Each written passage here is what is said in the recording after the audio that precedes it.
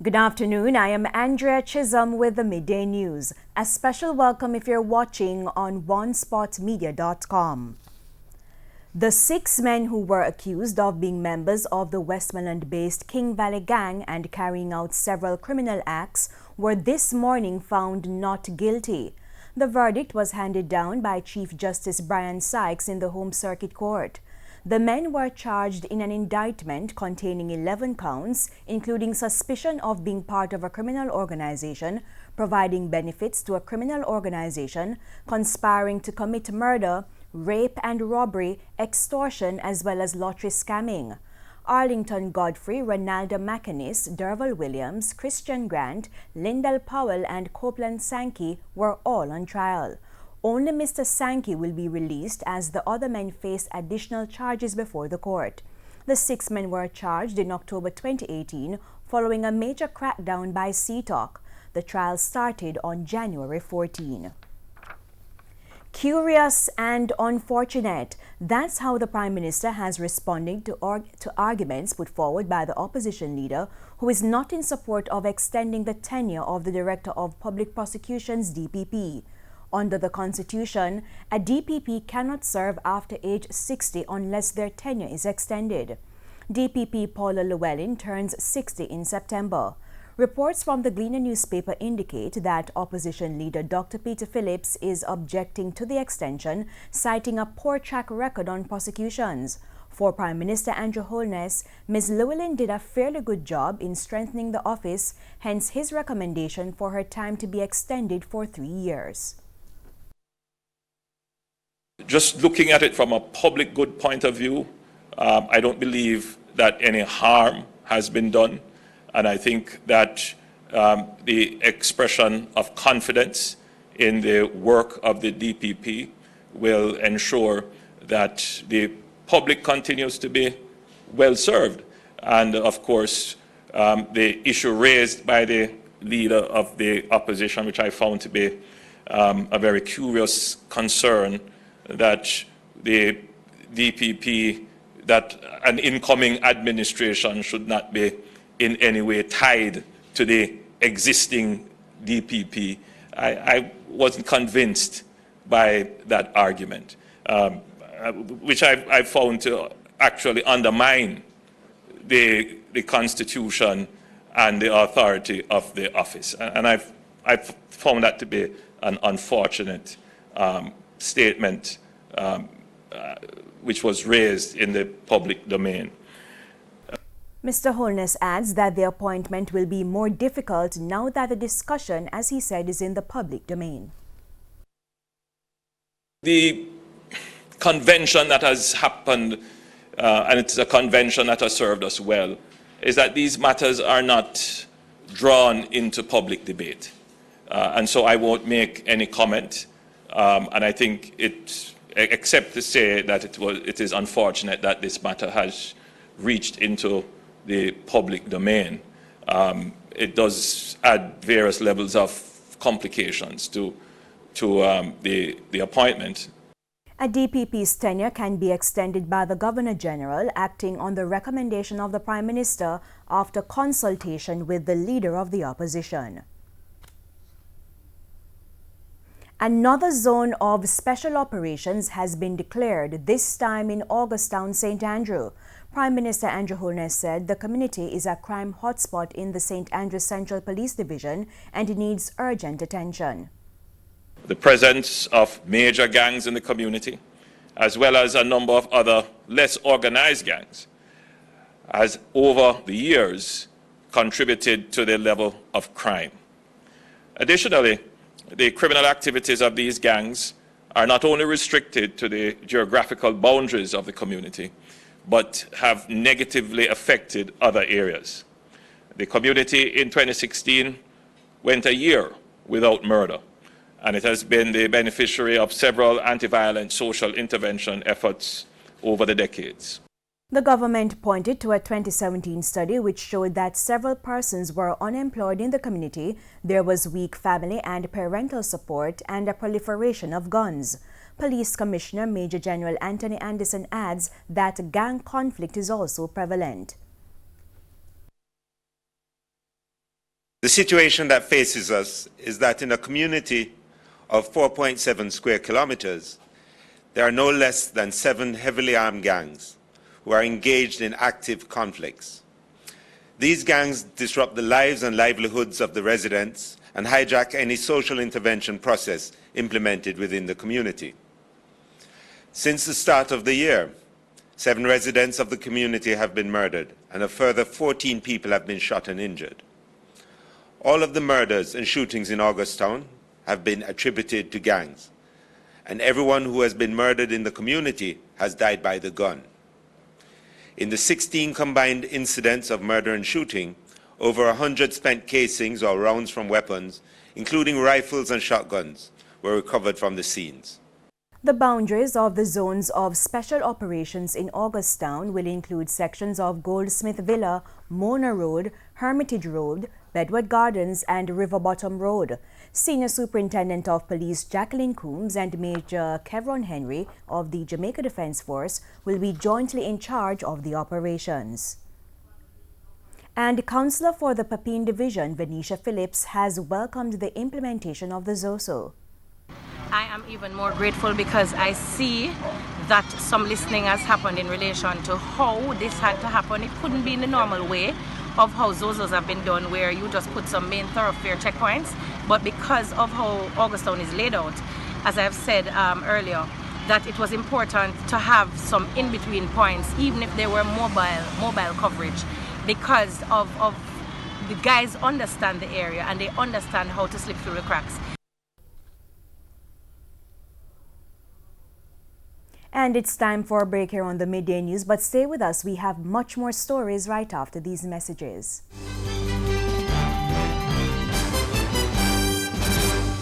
Welcome back, and we're continuing the news. The Integrity Commission has made corrections to one of its reports regarding corruption issues at Petrojam. The correction is in relation to Mayor of Porto Maria, Richard Creary. Prince Moore explains. In a one-page document tabled in the House of Representatives, the Commission said it had erroneously stated in one of its reports that Mr. Creary interviewed Floyd Grindley for the post of General Manager. The Commission has amended one of its conclusions to now say that the strategic placement of certain individuals in key positions at Petrojam served as a corruption-enabling mechanism. It says this is evidenced by the appointment of Dr. Percival Badu Singh and Mr. Creary to the board of Petrojam, with Dr. Badu Singh later interviewing Mr. Grindley. The Commission says after his appointment, Mr. Grindley was part of a panel which interviewed former Human Resource Manager Yolande Ramharak to a position where she oversaw grants and recruitment of staff. Mr. Creary last week ripped into the Integrity Commission's report, saying he did not meet Mr. Grindley until he started his employment as General Manager. Prince Moore, TVJ News. Meanwhile, Petrojam's manager of refinery optimization and business support, Telroy Morgan, has responded to concerns raised about a $2 million donation from Petrojam to Monroe College in 2017. In a release, Mr. Morgan's legal team confirmed that the Monroe College Old Boys Association sent a letter to Petrojam requesting a donation to rehabilitate 3 tennis courts at the school. The release said before Mr. Morgan delivered the letter to then General Manager Floyd Grindley, he disclosed his affiliation with the school as its then first Vice President of the Monroe Old Boys Association. Mr. Morgan says he is not a board member of Monroe College. He insists that he had no further involvement in the matter, nor was he privy to the deliberations and approval. The release concluded by stating that the processes leading to the donation made were void of impropriety, and the tenets of transparency and accountability were observed throughout the implementation of the project. The tennis courts rehabilitation project was completed in 2019 at a cost of $6 million. Despite jitters following a United States Immigration and Customs Enforcement ICE announcement that international students with only online courses will not be allowed to stay in the country, at least one local entity believes the fallout will not be great. The change may affect students already in the United States, prospective students, and educational institutions. Herman Green reports. Thousands of students from countries around the globe move to the United States each year for college. However, on Monday, the Department of Homeland Security announced changes that some say may drastically reduce those numbers. It stated in a release that non-immigrant students attending schools operating entirely online because of the coronavirus crisis may not take a full online course load and remain in the United States. It went on to state that the U.S. Department of State will not issue visas to students enrolled in schools and/or programs that are fully online, nor will U.S. Customs and Border Protection permit these students to enter the United States. But despite the threat, Nicole McLaren Campbell, founder of AIM Educational Services, a company which helps students get into foreign colleges, believes the impact will not be major. Colleges, we expect, will continue to respond in this way because international students contribute a great deal of revenue to these universities. For many universities, it's foreign students who pay top dollar and subsidize domestic students, especially in the case of public universities where there have been deep federal cuts. So most AIM students attend private colleges that are pretty agile and flexible. So we expect minimal fallout because these schools have already been contacting them and saying, okay, this is what we're doing. This is our hybrid model. This is when you can expect your new. Monday's statement from ICE said international students will be exempt if they are part of a hybrid program mixing face-to-face classes with online courses. It's why Mrs. Campbell believes students who are already enrolled should contact their university for the new I-20 forms, which are due by August 4. She says most institutions are against the new measures. And the National Association of College Admissions Counselors and all of the top universities are condemning the move. They're trying to lobby Congress. There have been many petitions signed. I'm going into all my international counselor online groups and I'm seeing how people are reacting all over the world and what they're doing.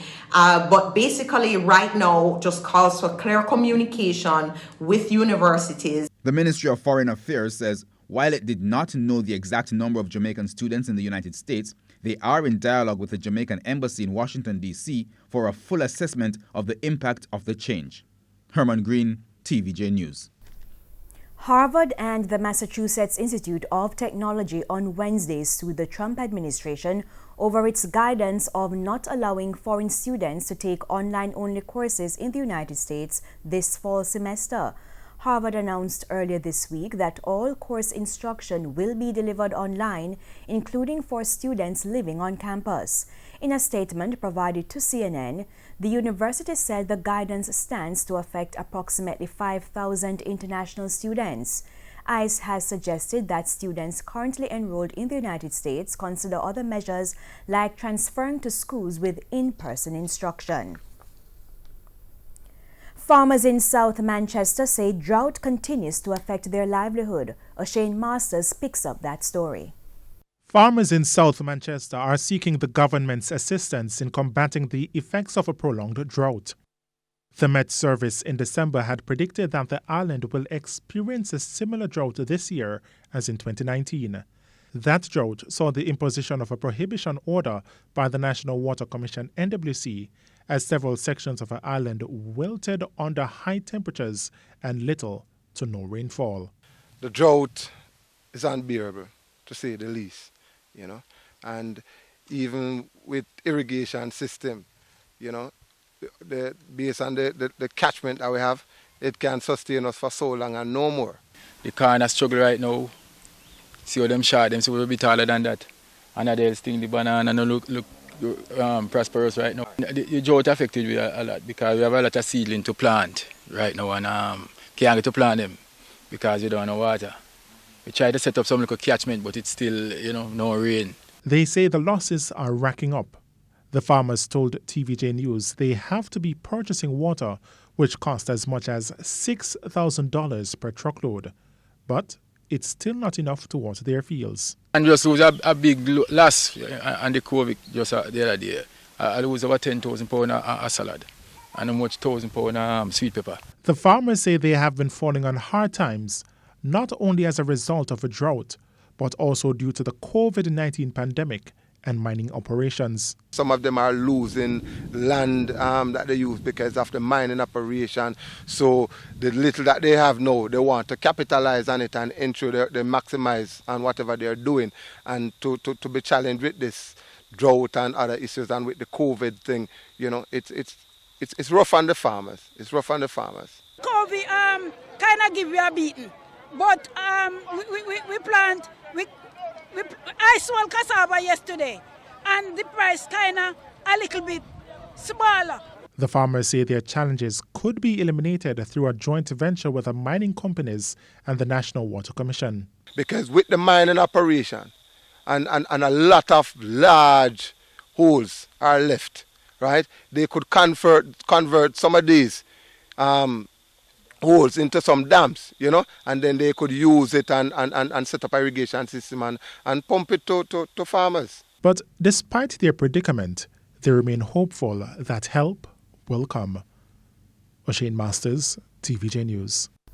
We need more fire trucks. That's the cry from residents of Yalis in St. Thomas. Residents say only one fire truck is at the station and it is unavailable at times due to mechanical problems. More in this report.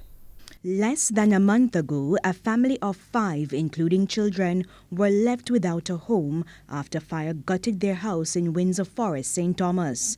Residents blame the poor service from the fire brigade for the loss. Residents in Yalis have expressed their concern about the unreliability of fire trucks in the parish. I am thankful for the fire station that is building now, but on the other hand, I would like more trucks. Because when this truck leave and if a fire start here, we have no help. I'm looking at an experience where up in Newlands there was a fire and the gentleman is right here, the house that was burned. If we had more units, it would have reached there on time and a backup could also be in place to assist that unit on the ground. If another fire started someplace else, why that one is up there? What happened? We do have another unit. So more units is the ideal thing right now. And even when the fire station was there was only one truck, most time not working. And in this area, during the dry times, we have several fires. So what we need are more fire trucks. Yala should have at least 2 fire trucks. Managing Director at the Jamaica Social Investment Fund, JSIF, Omar Sweeney, says the project will support the supply of trucks, but is unable to determine where the trucks will be stationed. It is the fire brigade, of course, in their operational procedures that determine where trucks become assigned. Construction of the Yalis Fire Station is being undertaken under the Jamaica Disaster Vulnerability Reduction Program, which is being implemented by JSIF with funding from the World Bank. New fire stations are being built at Barnett Street in Montego Bay, St. James, and Port Maria in St. Mary. And time now for a preview of what's coming up in this evening's health report. In the next edition of the Health Report, we'll look at COVID-19 and surgical procedures. COVID seems to be very easily transmitted. And it's a new disease. We are now discovering, lots of the ins and outs of why some people who are exposed get it, some people don't. So in light of the fact that there's so much uncertainty, the guideline internationally has been, if it's something which can be deferred for a few weeks, if it's not a real emergency, then the recommendation is to hold off until we can get this pandemic under control. That's the Health Report this evening in Primetime News. And now for today's Healthy Living tip. If you have concerns about the timing of your operation, you should discuss these with your surgeon. You might want to ask about the benefits and risks of the procedure, your risk from any pre-existing medical conditions, the possible side effects of the proposed operation, and alternative options for treatment, including non-surgical care or no treatment. And in sports, rain dampened the return of international cricket after its 117-day hiatus, as England reached 35 for 1 in the 17.4 overs possible on the opening day of their first test against the West Indies. With the entire first session lost due to rain, England elected to bat, and it took just 10 deliveries for the first wicket as Shannon Gabriel removed Dom Sibley without scoring. From there, Rory Burns 20 and Joe Denley 14 kept the Windies bowlers at bay, with rain interrupting play on 2 occasions. Bad light eventually forced the players off the field for a third time after tea before the rain returned. And that's it for the Midday News. I'm Andrea Chisholm. Join us at 7 for the Primetime News Package. On behalf of the news, sports and production teams, good afternoon.